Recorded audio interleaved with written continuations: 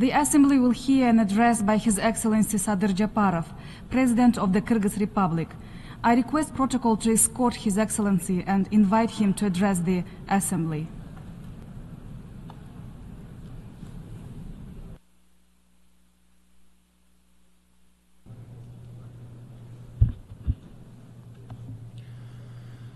Урматтуу генералдык катчы, урматтуу төрага, урматтуу айымдар жана мырзалар, Африка мамлекеттерин жана урматтуу Филимон Янгты Бириккен Улуттар Уюмунун башкы ассамблеясынын 79-чу сессиясынын төрагасы болуп шайланышы менен куттуктаймын.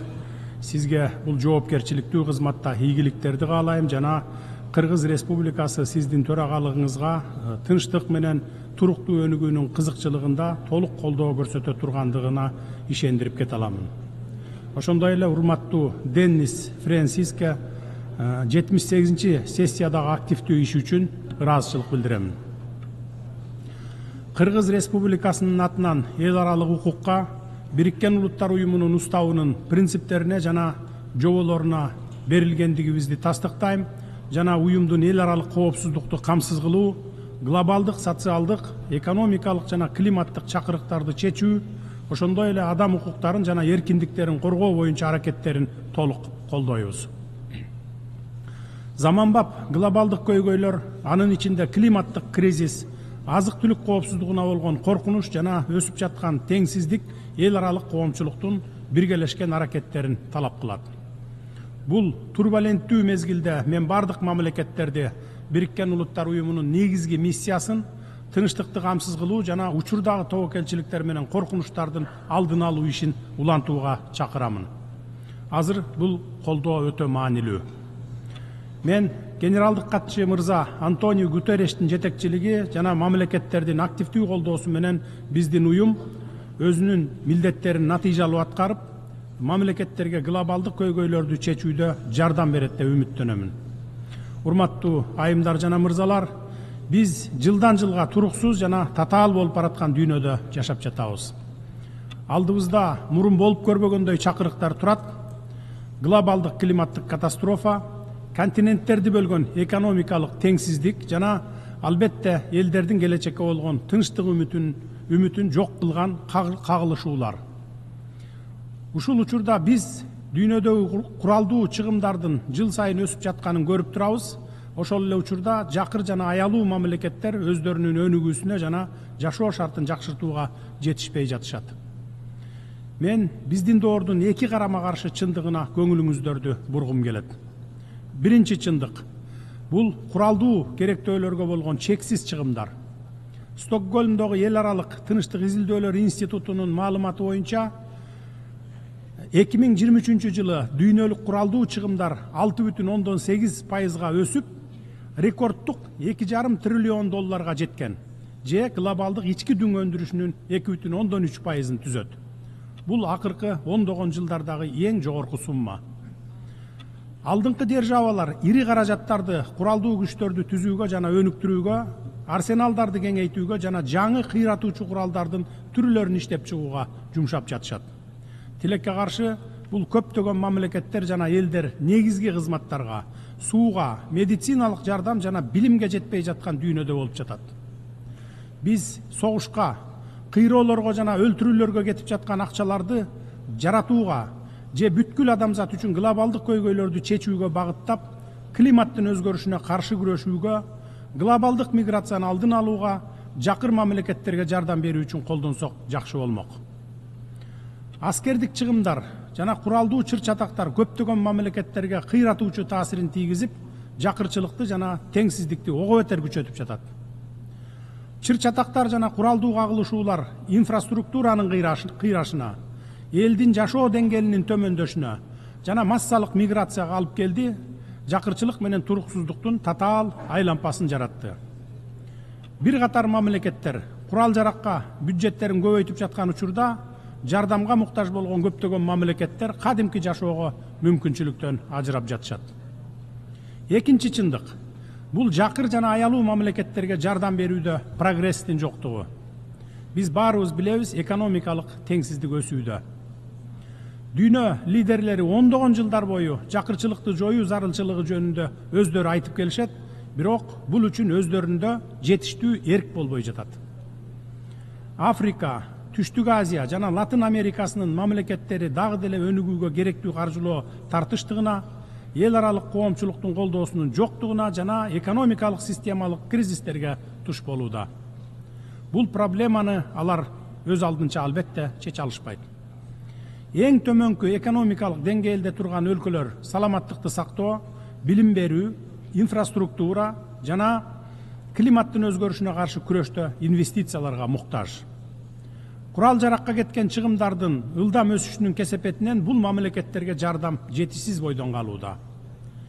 Гуманитардык жардам көрсөтүү жана өнүгүүгө көмөктөшүү программалары көп учурда каржылык тартыштыкка туш болуп турганда, бул ресурстар курал жарак сатып алуу жана аскердик операцияларды жүргүзүү үчүн колдонулууда. Мамлекеттер арасындагы теңсиздик азайбастан күчөп жатат. Урматтуу жыйындын катышуучулары, дүйнө алдында эң маанилүү эки тандоо турат. Биз коопсуздукту куралдуу күчтөр аркылуу курал жаракты көбөйтүүнү тандап алабыз, же жакырчылыкты жоюуга жана эң аялуу болгон мамлекеттерди колдоого багытталган туруктуу өнүгүүнү тандап алабыз. Аскердик чыгымдарга жумшалган ресурстар таза сууга жетүү, өнүгүп келе жаткан өлкөлөрдөгү балдардын билими, ачарчылыкка каршы күрөш же климаттын өзгөрүшүнө каршы күрөшүү программаларына жумшасак чоң салым болмок. Бул багытта прогресске жетишүү үчүн бай жана муктаж болгон мамлекеттердин биргелешкен аракеттери зарыл. Биринчиден, өнүккөн мамлекеттер муктаж өлкөлөргө финансылык жардамды көбөйтүп гана тим болбостон, аны максаттуу жана инфраструктуралык долбоорлор менен социалдык өнүгүүгө багытташы керек. Экинчиден, муктаж өлкөлөр уктап жатпай, туруктуу өнүгүү боюнча эл аралык демилгелерге активдүү катышып, берилген ресурстарды туш келди чачпай, натыйжалуу пайдалануу боюнча милдеттенмелерди өз моюндарына алышы керек. Үчүнчүдөн, заманбап технологияларды бай өлкөлөрдөн муктаж өлкөлөргө өткөрүү маанилүү. Бул муктаж өлкөлөрдүн экономикасын өз алдынча өнүктүрүүгө жана тышкы жардамга көз карандылыкты азайтууга мүмкүндүк берет. Бүгүнкү күндө геосаясий чыр-чатактар коргонуу чыгымдарын көбөйтүүнү талап кылбастан, аларды чечүү үчүн эл аралык кызматташтык дагы маанилүү болуп жатканын байкоодобуз. Эгерде дүйнөлүк коомчулук ресурстарды адилеттүү бөлүштүрүү, аялуу мамлекеттерге жардам берүү жана куралдуу кагылышуулардын себептерин жоюу үчүн күчтөрүн бириктире алса, анда биз коопсуз жана гүлдөгөн дүйнөнү түзө алабыз.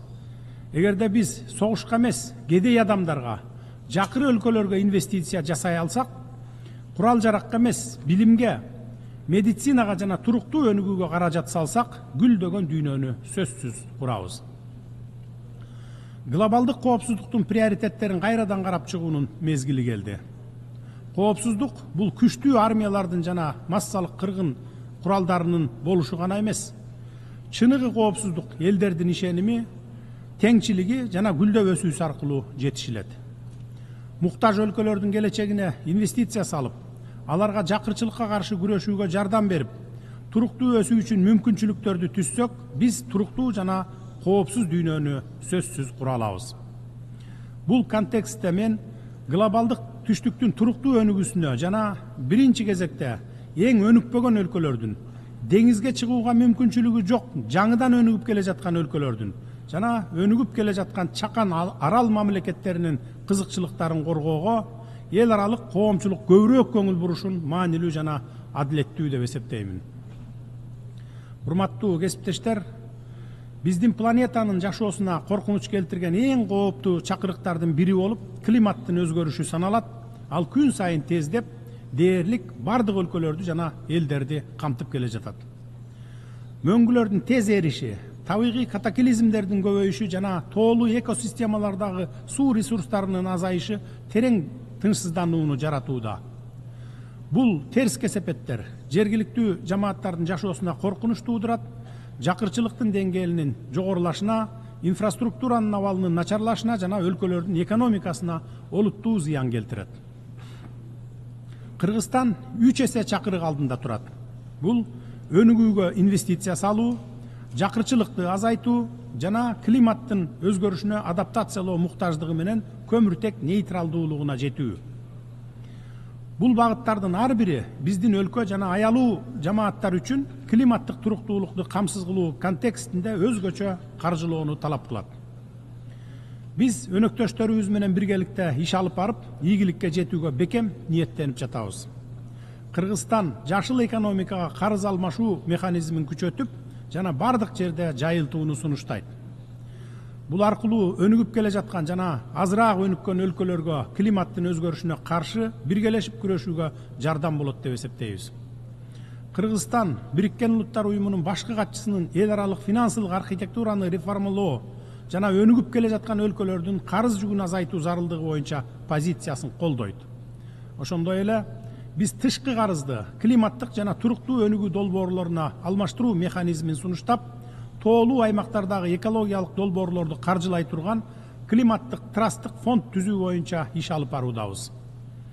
Кыргыз Республикасы өзүнүн улуттук саясатын ишке ашырууда климаттык маселелерге өзгөчө көңүл бурат жана жашыл өнүгүү принциптерине негизденип, 2050 жылга чейин көмүртек нейтралдуулугуна жетүү үчүн амбициялуу максатты алдыга койгонбуз.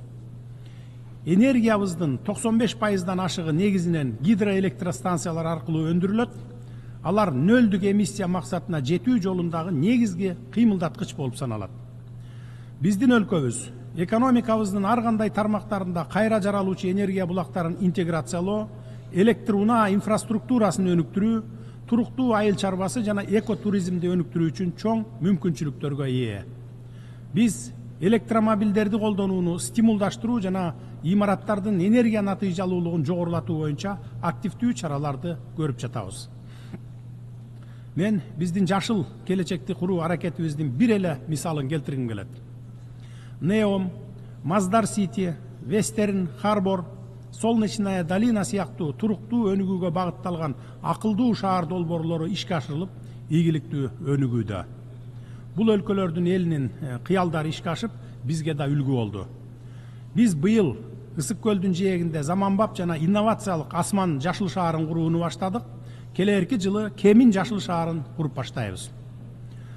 Биз жашыл шаарларды курууга умтулабыз. Алар биздин өлкөнүн башка аймактарына үлгү болуп, келечек муундар үчүн таза жаратылышты сактоого көмөктөшөт жана ошондой эле менин ишенимим күч, аталган шаарлар экономикалык, соода, маданий, туристтик хаб болуп, инновациялар жана жаңы технологиялардын борбору болот.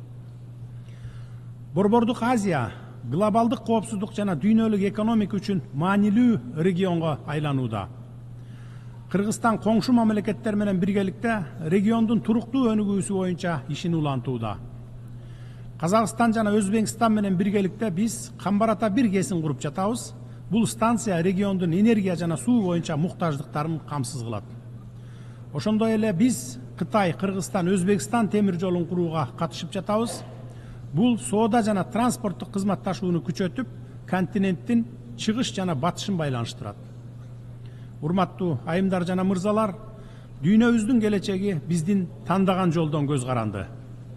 Биз курал жаракка чыгымдарды көбөйтүүгө, кагылышуулар менен алааматтардын курчушуна жол бербешибиз керек. Бардык үчүн адилеттүү, коопсуз жана гүлдөгөн дүйнөнү курууга күч аракетибизди багыттообуз зарыл. Бүгүнкү тандаган жолубуз эртеңки күндү келечек муундар үчүн кандай болорун аныктайт. Баарыбыз эл аралык чыңалууну жеңилдетүү керекпиз. Кыргыз Республикасы Бириккен Улуттар Уюмунун башкы ассамблеясынын жана Коопсуздук кеңешинин туруктуу дүйнө тартибин орнотууга жана туруктуу өнүгүү максаттарына жетүүгө багытталган аракеттерине колдоо көрсөтүүгө, ошондой эле глобалдык чакырыктар менен коркунучтарды чечүү үчүн эл аралык коомчулуктун биргелешкен аракеттерине өз салымын кошууга даяр. Ошол эле учурда биз 2027-2028 жылдарга Бириккен Улуттар Уюмунун Коопсуздук кеңешинин туруктуу эмес мүчөлүгүнө өз талапкерлигибизди сунуштайбыз. Кыргыз Республикасы бул негизги органга эч качан шайланбаган өлкө катары 2026 жылдын июнь айында Нью-Йорк шаарында өтө турган шайлоолордо сиздердин колдооңуздарды үмүт артабыз. Кыргызстан шайланган учурда кеңештин ишинин натыйжалуулугун жана ачык айкындуулугун жогорулатуу, ошондой эле анын курамын аймактык өкүлчүлүктүн тең салмактуулугун эске алуу менен кеңейтүү ишин улантат. Afrika өлкөлөрүнүн коопсуздук кеңешиндеги өкүлчүлүгүнүн жетишсиздигин оңдоо жана Кыргызстанды кошкондо 60 мамлекеттин эч качан коопсуздук кеңешине шайланбагандыгын эске алып, тарыхый адилетсиздикти жоюу убактысы келди. Келечек саммитинде Бириккен Улуттар Уюмунун мүчө мамлекеттери туруктуу өнүгүү максаттарынын маанилүүлүгүн жана алардын толук ишке ашырылышынын зарылдыгын дагы бир жолу тастыкташты. Кыргызстан 2030 жылга чейинки глобалдык туруктуу өнүгүү күн тартибине бекем берилген бойдон кала берет жана биздин жетишкендиктер, улуттук артыкчылыктар жана каржылык мүмкүнчүлүктөрдү эске алуу менен максаттарга жетүү боюнча бекем ниетибизди тастыктайт. Бириккен Улуттар Уюмунун туруктуу өнүгүү максаттары Кыргызстандын 2040 жылга чейинки улуттук өнүгүү стратегиясына интеграцияланган. Бул стратегия туруктуу экономикалык жана социалдык өнүгүүгө, санариптештирүүгө, ишкердикке, ошондой эле учурдагы жана келечектеги муундар үчүн инновациялык жана экологиялык жактан таза технологияларды киргизүүгө мүмкүнчүлүк берет. Ушул жылдын 22-июлунда жеке ишкерлер менен чет өлкөлүк инвесторлордун укуктарын жана каражаттарын коргоо боюнча мыйзам кабыл алдык. Бул мыйзам инвесторлорду ишкердик жактан коргоо боюнча тиешелүү чараларды көрүүнү аныктайт. Ошондой эле бул мыйзамда тиешелүү мамлекеттик кызматкерлерди жазалоо чаралары да каралган. Мамлекеттик каттоодон мыйзамсыз, негизсиз баш тартуу, мыйзамсыз жана негизсиз лицензия берүүдөн баш тартуу, ишмердүүлүгүн негизсиз жана мыйзамсыз чектөөгө алуу, инвесторлордун жана жеке ишкерлердин ишмердүүлүгүнө негизсиз жана мыйзамсыз кийлигишүүсү. Жогоруда көрсөтүлгөн мыйзам бузуулар үчүн мамлекеттик кызматкерлерге эң катаал жазалар берилет.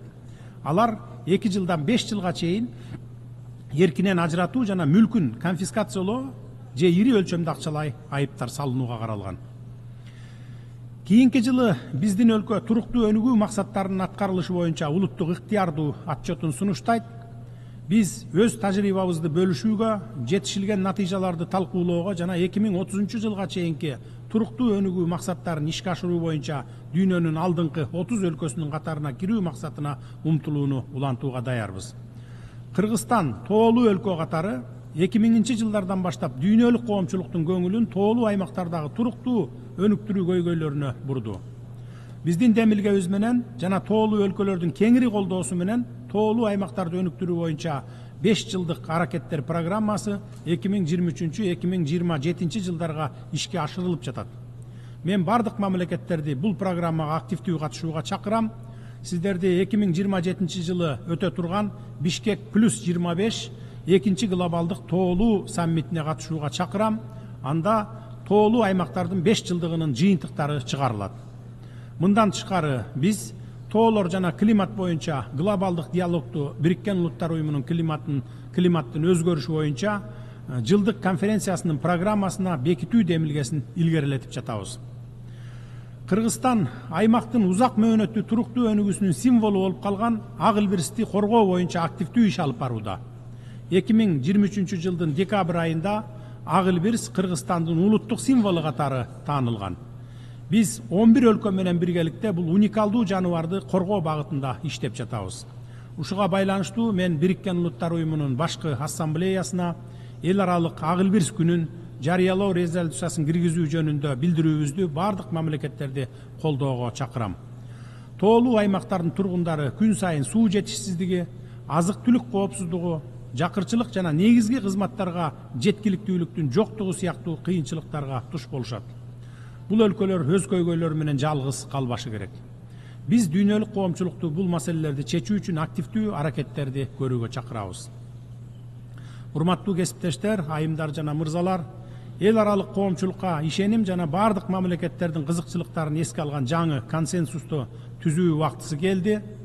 Сөзүмдү жыйынтыктап жатып, элдердин достугу, биримдиги жана тилектештиги тууралуу океандай тереңдикти камтыган Манас эпосунан төмөнкү сөздөрдү айткым келет. Бир жакадан баш, бир жеңден кол чыгарып күч-кубатты бириктирели. Биримдик бар жерде ырыс бар. Ошондо гана биз бекем жана жарык келечекти кура алабыз. Көңүл бурганыңыздарга терең ыраазычылык билдирем.